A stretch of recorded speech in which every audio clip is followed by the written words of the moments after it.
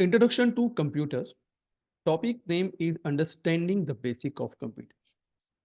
Computer की मूल जानकारी से समझा जा सकता है कि ये जो कंप्यूटर वर्ड है ये एक इलेक्ट्रॉनिक डिवाइस है जिसका मेन काम क्या होता है, प्रोसेस करना विभिन्न जो फंक्शंस होते हैं उनको, और उसको कंप्लीट करने के बाद एक रिजल्ट देना।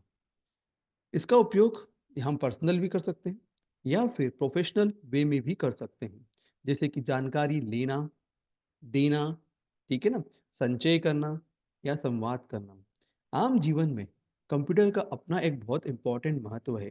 देखा जाए तो कंप्यूटर बहुत ज़्यादा समझदार और हमें हर वो काम कर सकता है जो हम कई बार नहीं कर पाते हैं या फिर हम एक्यूरेट रिजल्ट नहीं दे सकते हैं। वो सब काम भी कंप्यूटर के माध्यम से हम कर सकते हैं, जिससे हम अपने कार्यों और नैतिकता में सुधार कर सकते हैं।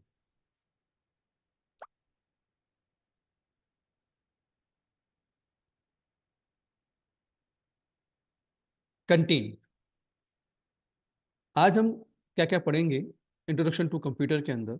एक तो इसका इंट्रोडक्शन, जिसे define computers, function of computers, characteristics and type of computer, और लास्ट में हम एडवांटेज एंड डिसएडवांटेज क्या है कंप्यूटर के वो जानेंगे।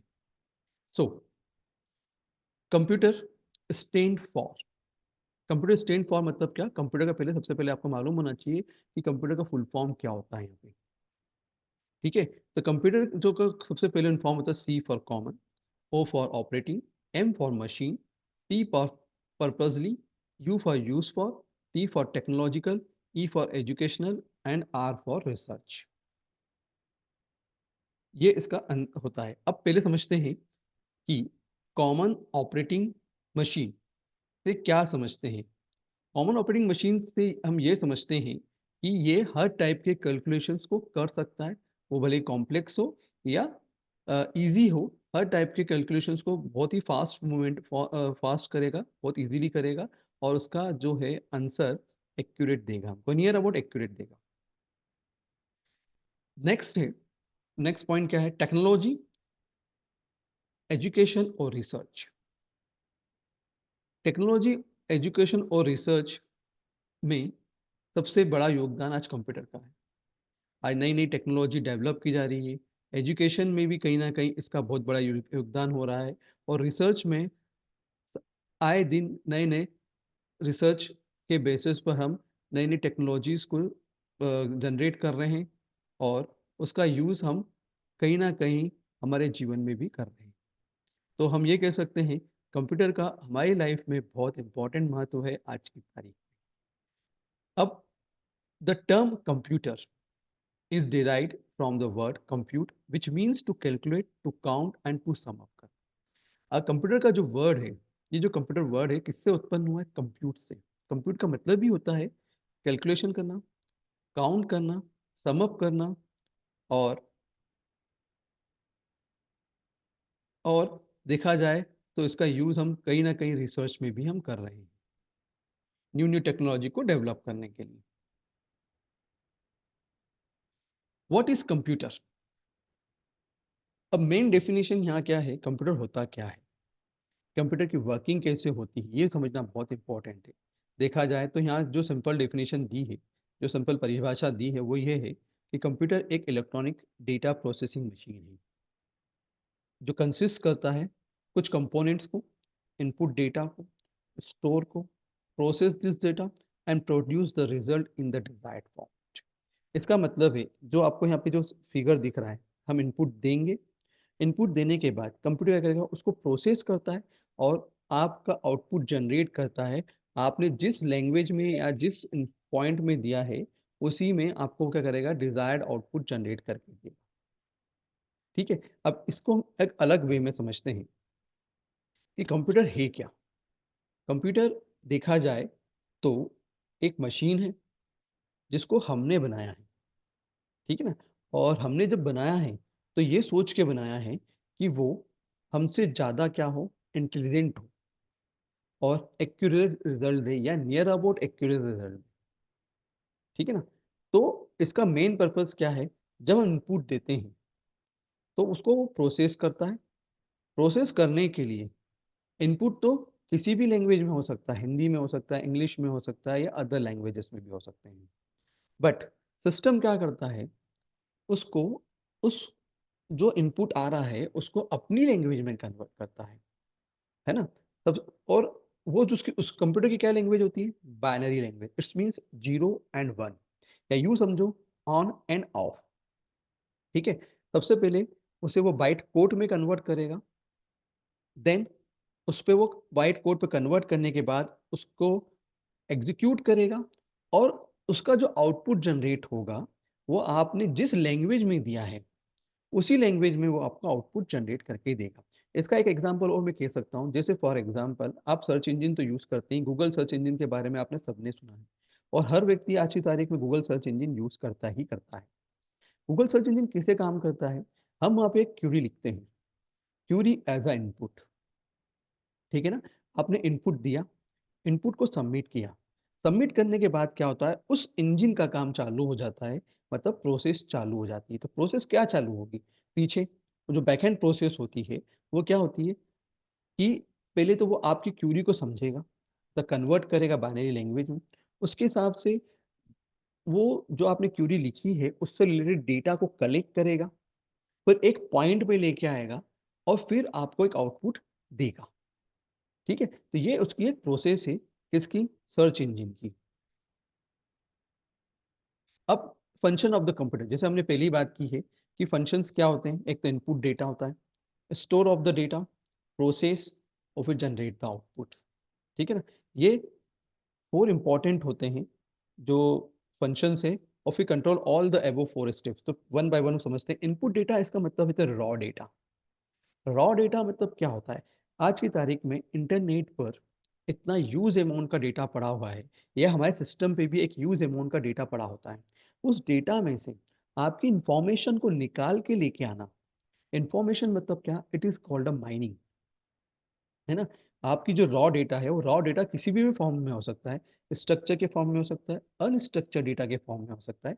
स्ट्रक्चर्ड डेटा इसका मतलब है टेक्स्ट, इमेज, ऑडियो, वीडियो, इसके किसी भी फॉर्म में हो सकता है। और स्ट्रक्चर डेटा मतलब वो कहीं न कहीं एक्सेल के फॉर्म में होगा या फिर कहीं न कहीं वो एक टेबुलर फॉर्म में होगा डेटा, ठीक है ना?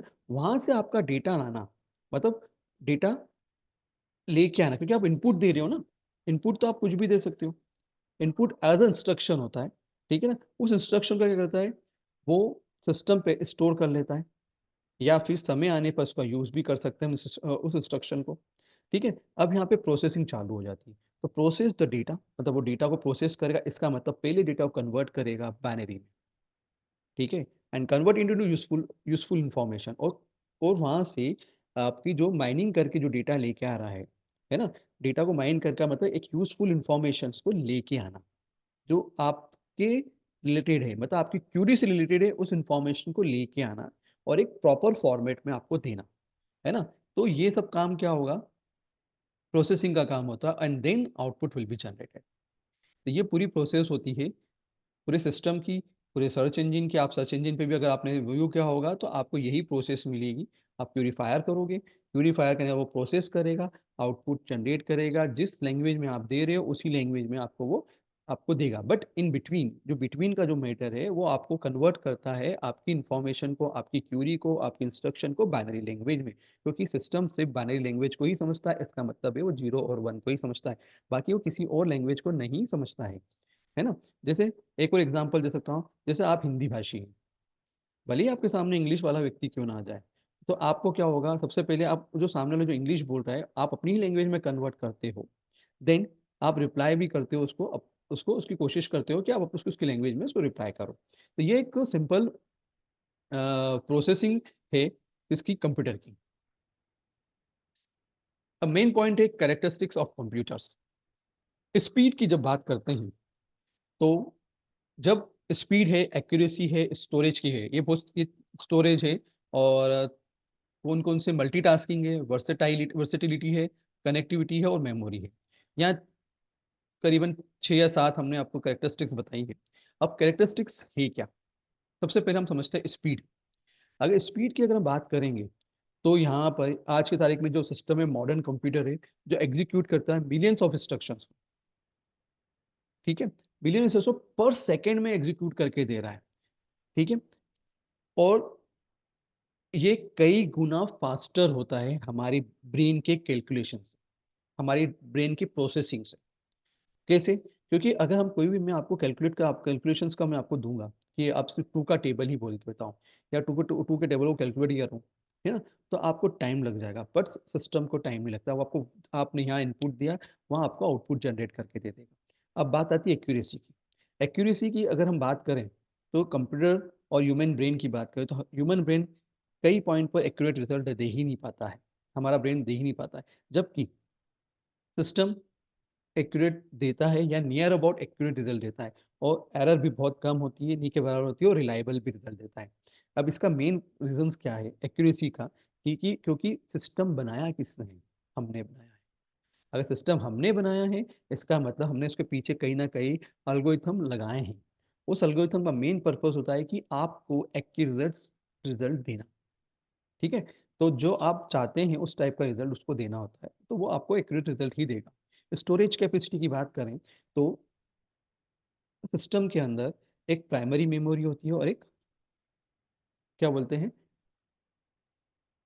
सेकेंडरी मेमोरी होती है।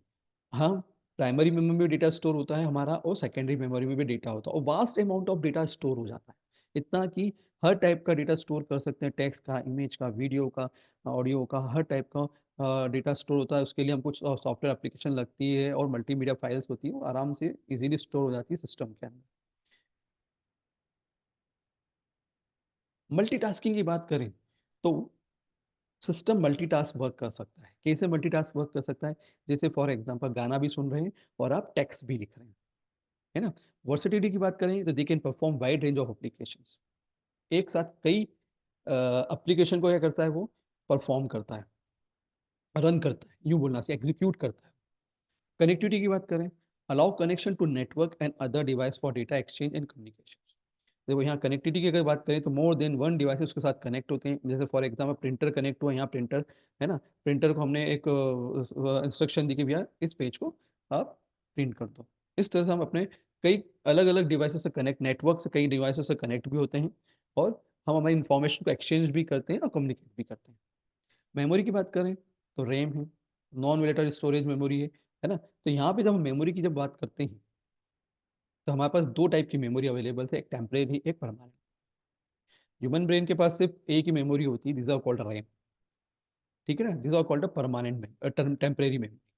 टेम्परेरी मेमोरी इसका मतलब है, वो जो इन्फॉर्मेशन है वो कुछ समय के लिए उसके उस प्राइमरी मेमोरी में रहेगी, उसके बाद वो धीरे धीरे क्या होती है, इरेज हो जाती है। तो सिस्टम में भी यही होता है, रैम का यूज़ मतलब जितने टाइम तक सिस्टम ऑन है तब तक उस मेमोरी के अंदर वो डेटा रहेगा, उसके बाद वो डेटा बाहर हो जाएगा, जो आप काम कर रहे हो वो बाहर हो जाएगा, ठीक है, मतलब डिलीट हो जाएगा, उड़ जाएगा। परमानेंट मेमोरी की हम बात करें, तो परमानेंट मेमोरी का मतलब ये होता है कि आपने अगर उस सेकेंडरी मेमोरी में अगर डेटा रखा है, तो वो लॉन्ग टर्म तक डेटा पड़ा हुआ ही है, जब तक कि उसके अंदर कोई वायरस या कुछ लगते ही नहीं है, तब तक उसको कोई हिला नहीं सकता, कोई वो नहीं कर सकता है। इसका मतलब है परमानेंटली आप उस डेटा को कभी भी एक्सेस कर सकते हो, जब चाहे जब उसको रिकॉल कर सकते हो, उससे इंफॉर्मेशन गेन कर सकते हो, पता लगा सकते हो कि व्हाट एग्जैक्टली, है ना, आपको क्या चाहिए, सब इंफॉर्मेशन कलेक्ट कर सकते हो।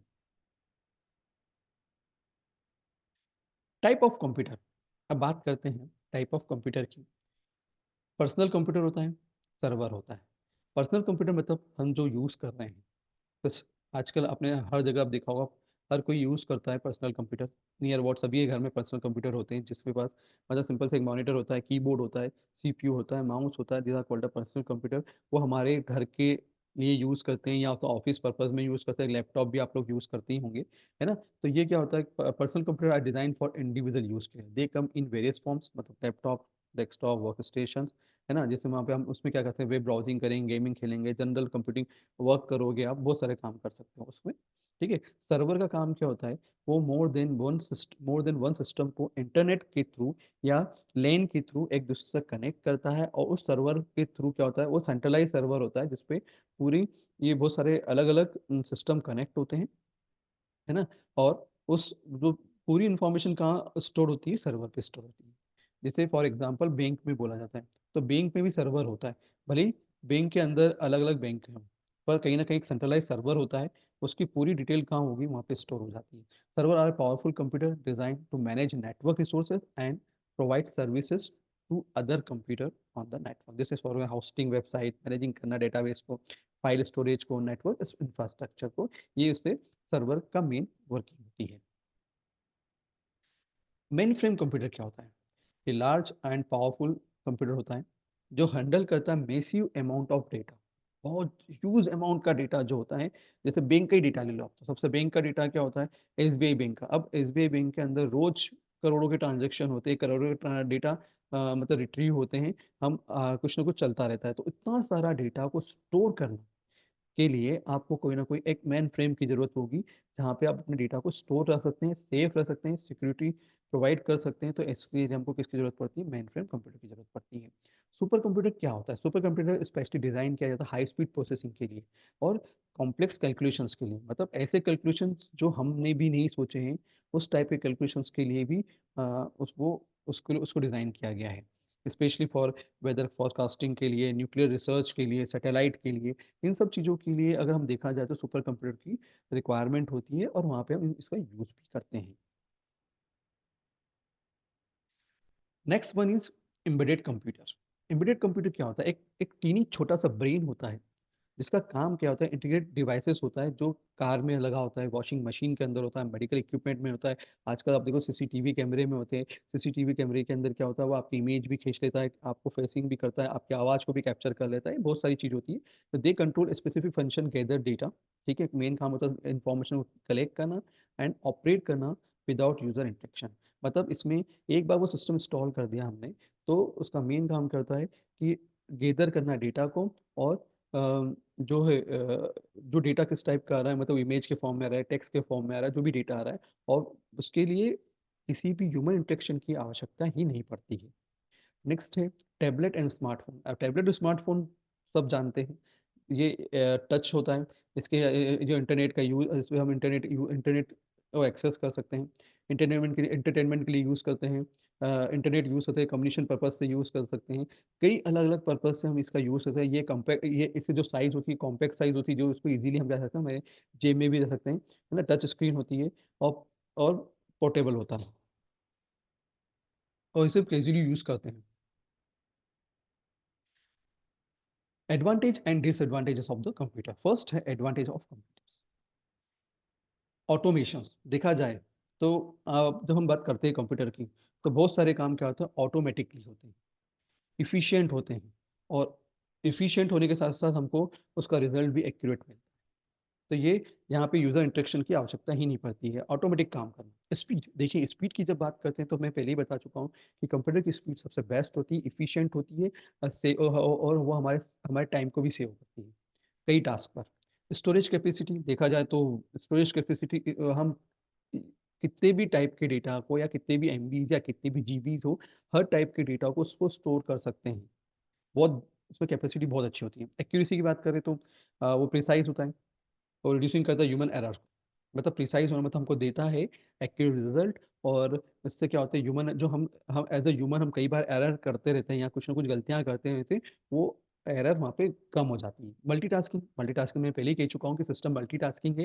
मतलब एक साथ हम कई काम कर सकते हैं, मूवी भी देख रहे हैं तो साथ में हम टैक्स भी कर रहे हैं, या फिर अदर पर्पस भी बहुत सारे काम चलते रहते हैं। तो यहाँ पे हम मल्टीटास्किंग वर्क करता है वो। कनेक्टिविटी की बात करें तो हम कहीं ना कहीं ग्लोबल से भी कनेक्ट हो जाते हैं। हम नेट के थ्रू, इंटरनेट के थ्रू हम बाहरी दुनिया के साथ कनेक्ट होते हैं। और ये सबसे बेस्ट है कि कम्युनिकेशंस बहुत अच्छा होता है हमारा थ्रू इंटरनेट, मतलब सिस्टम के थ्रू, मोबाइल के थ्रू, या फिर टैबलेट के थ्रू ग्लोबली हम कनेक्ट हो जाते हैं, कम्युनिकेशन भी कर सकते हैं, कोलोबरेट भी हो सकता है। इन्फॉर्मेशन एक्सेस, हम provide access to vast information through the internet.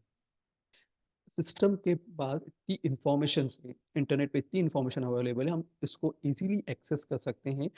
मतलब वहाँ पे रॉ डेटा पड़ा हुआ है, रॉ डेटा, जब रॉ डेटा हम जब कोई भी क्वेरी फायर करते हैं सर्च इंजन पर, तो रॉ डेटा में से हमारी जो माइनिंग होके आती है, डेटा माइनिंग बोलते हैं, और वो इन्फॉर्मेशन होती है, वो एक मीनिंगफुल इन्फॉर्मेशन को निकाल के हमको ला के देता है। इंटरटेनमेंट, आप एंटरटेनमेंट का तो आप कह ही नहीं सकते हैं। आज की तारीख में सबसे ज़्यादा एंटरटेनमेंट के लिए हम सिस्टम का यूज़ करते हैं। आज की तारीख में देखा जाए तो हम इंटरनेट का यूज़ करके ही टीवी पे इंटरनेट का यूज़ होता है और बहुत सारे चैनल चल रहे होते हैं। मतलब सो मेनी ऑप्शंस अवेलेबल्स हैं इंटरनेट एंटरटेनमेंट के, है ना? गेमिंग का भी यूज़ करते हैं हम लोग, स्ट्रीमिंग लाइव मूवी देखते हैं, बहुत सारी चीज़ें हम इसे एंटरटेनमेंट के लिए यूज़ करते हैं। अब फिर डिसएडवांटेज क्या होगा? डिसएडवांटेज क्या होंगे कंप्यूटर के? सबसे पहली पॉइंट है कॉस्ट। जब हम कोई भी चीज़ सिस्टम खरीदते हैं तो डेफिनेटली उसकी कॉस्टिंग ज़्यादा होती है, क्योंकि हमको सिस्टम उसके हिसाब से खरीदना, जैसे आप गेमिंग पर्पज से खरीदना चाह रहे हो, है ना? तो आपका सिस्टम की चार्जेस बढ़ जाएंगे, है ना? या फिर आपका फॉर एग्जांपल आपका कैमरा इतना रिजोल्यूशन अच्छा होना चाहिए था, उसके हिसाब से उसके चार्जेस बढ़ जाएंगे। Health issues, prolong you may lead to health issues. हाँ, सबसे इंपॉर्टेंट पॉइंट है, अगर ज़्यादा यूज़ करोगे, सिस्टम पे बैठोगे, तो कहीं न कहीं आपकी बॉडी पेन होंगी, आँखों की प्रॉब्लम बढ़ जाएगी। ये बहुत सारी चीज़ें, मसल्स प्रॉब्लम बढ़ सकती है, ये हो सकता है। सिक्योरिटी कंसर्न की बात करें, तो साइबर थ्रीट्स जो आप सब जानते हैं कि कहीं न कहीं हमारा सिस्टम हैक हो जाता है आज की तारीख में, और कहीं न कहीं हमारे मनी की प्रॉब्लम, मनी निकाल ली जाती है है ना? बिना हमको मालूम हुए, या आपकी इन्फॉर्मेशंस को आपकी जो पर्सनल इन्फॉर्मेशन है वो ले लेते हैं, तो ये प्रॉब्लम हो सकती है। डिपेंडेंसी की बात करें तो हम आज की तारीख में डिपेंडेंट हो गए हैं सिस्टम के ऊपर। हर काम के लिए हमको मोबाइल की ज़रूरत पड़ रही है, हर काम के लिए टैबलेट की ज़रूरत पड़ रही है, हर काम के लिए किसकी ज़रूरत पड़ रही है हमको, सिस्टम की ज़रूरत पड़ी। जैसे फॉर एग्ज़ाम्पल पहले हम क्या करते थे, हर टाइप के नंबर्स को याद रख लेते थे। अब आज की प्रॉब्लम ये हो गई कि आज हमको अपने घर में ही अपने पापा या मम्मी के नंबर्स को, तो उसको भी ढंग से याद नहीं होता है, और इसके लिए हमको करना पड़ता है, मोबाइल में सर्च करना पड़ता है, या दोस्तों के नंबर को भी सर्च करना। जॉब डिस्प्लेसमेंट की प्रॉब्लम बढ़ गई है, क्योंकि आज की तारीख में ऑटोमेशन का ज़माना है, एआई का ज़माना है। तो इसकी वजह से क्या हो रहा है, बहुत सारे जॉब्स इसी वजह से क्या हो रहे हैं हमारे, रिड्यूस हो रहे हैं, और मशीन आने की वजह से ऑटोमेटिक काम बढ़ गया है। लर्निंग कर्व की बात करें तो कई चैलेंजेस बढ़ गए, क्योंकि टेक्नोलॉजी नई-नई आ रही है। हर व्यक्ति को सीखने में समय लगता है, पर हर 6 महीने में यहाँ टेक्नोलॉजी चेंज हो रही है। इसकी वजह से क्या हो रहा है, हम सीख नहीं पाते हैं, कहीं न कहीं जॉब डिस्प्लेसमेंट हो जाता है हमारा, और प्रॉब्लम बढ़ जाती है हमारी। सोशल आइसोलेशन की बात करें तो जो एक्सक्यूज़ यूज़ में contribution to social isolation, reduce face to face interaction. आज की तारीख में क्या हो गया, फेस टू फेस कई बार क्या करते हैं हम लोग, इंटरेक्शन, देखो अगर फेस टू फेस इंटरेक्शन क्या होना बहुत ज़रूरी है, बट आज की तारीख में क्या हो गया है, हम मैक्सिमम टाइम सोशल मीडिया पे ही वर्क करते हैं, और हमारा काम सोशल मीडिया पे होने की वजह से हम सोशल मीडिया के थ्रू ही कम्युनिकेशन करते हैं, और यही सबसे बड़ी क्या हो रहा है हमारे लिए, पर फेस टू फेस कम्युनिकेशन क्या हो गया, रिड्यूस हो गया है। तो ये थे इसके डिसएडवांटेजेस।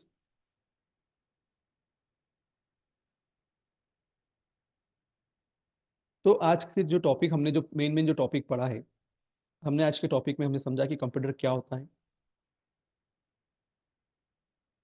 उसके कैरेक्टरिस्टिक्स क्या हो सकती हैं, उसके एडवांटेज डिसएडवांटेज क्या होते हैं, टाइप्स ऑफ कंप्यूटर्स हैं, उसके बारे में आज हमने इस वीडियो के माध्यम से समझा है। Thank you very much.